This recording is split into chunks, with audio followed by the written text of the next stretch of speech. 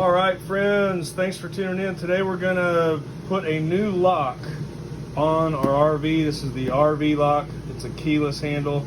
You do actually have keys that come with it, but you also have a key fob, and you also have a personal code that you can input. This faceplate is going to replace that faceplate. So the first thing I have to do, and I'm not going to film all this, but I'm going to remove these screws. You use a Phillips head screwdriver. And you also want to make sure that you have your door latched open when you do this. If you only have one door and something goes wrong, you can lock yourself in your RV. You don't want to do that, right? So let's go ahead and remove these screws outside. Okay, so I removed the faceplate on the inside of the door. And then what you want to do is just make sure that when you pop this out, it should come out pretty easy. Actually, you know, before I pop this out, I got to remove these. Okay.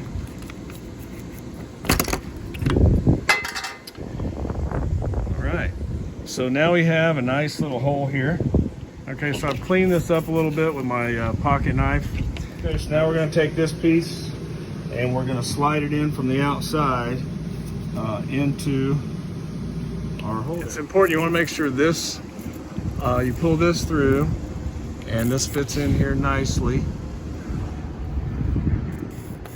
Pretty snug. It's a little loose at the top, but when we tighten this up, it's going to fit nicely. Okay, the first thing I'm going to do is line these holes up here on the strike plate. And all right, so that's okay. That's okay. That's okay. Okay, so what I got now, we've got our screws in there. I did go ahead and use the strike plate that came with the lock. It just seemed to fit a little bit better. And this one's lining up really nice, and I'm gonna put the faceplate on the back. Okay, and one thing to put the faceplate on, we've got to connect this to that. And when we do that, it's gonna beep, and that lets me know that it's been connected. Okay, just a note, the other issue I'm running into, I don't have a lot of room to tuck this extra wiring in, and it wants to keep covering up this hole, this bottom hole, so I gotta finagle it in there. Okay, so everything looks good. So we're in business. Now we just got to set the new code, tighten everything up.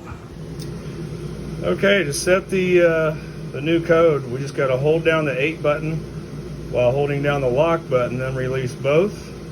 You hear a long beep. Punch in 1, 2, 3, 4. Then press lock. Key in your new code, and I'm going to choose 6 digits for my new code and press lock again.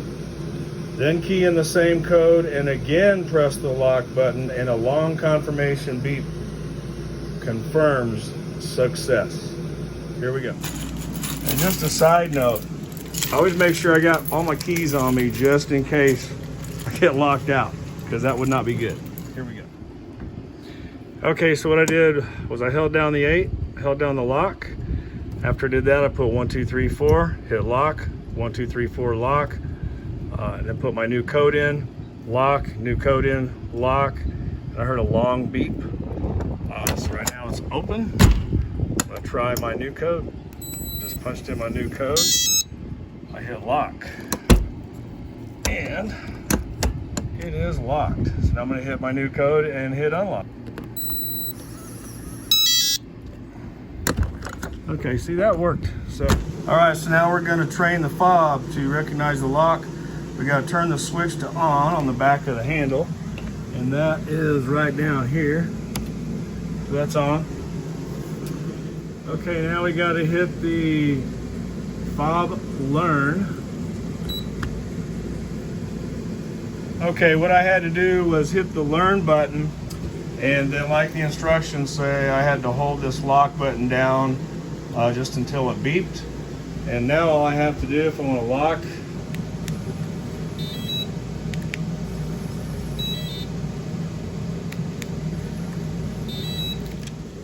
Okay folks, so we're all done with the RV lock. I highly recommend it. You do also have keys in case you need them. Like I just dropped that. So that's a reason that it's good to have that keyless entry system. It also adds a little bit more of a theft deterrent. So okay, so now what I got to do, I've got the lock installed on this toy hauler door. Everything looks good. It's flush up against there, and there you have it.